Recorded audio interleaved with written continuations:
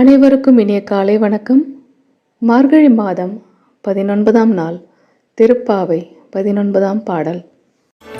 குத்து விளக்கேறிய கோட்டுக்கால் கட்டில் மேல் மெத்தென்ற பஞ்ச சயனத்தின் மேலேறி கொத்தலர் பூங்குழல் நப்பின்னை குங்கை மேல் வைத்து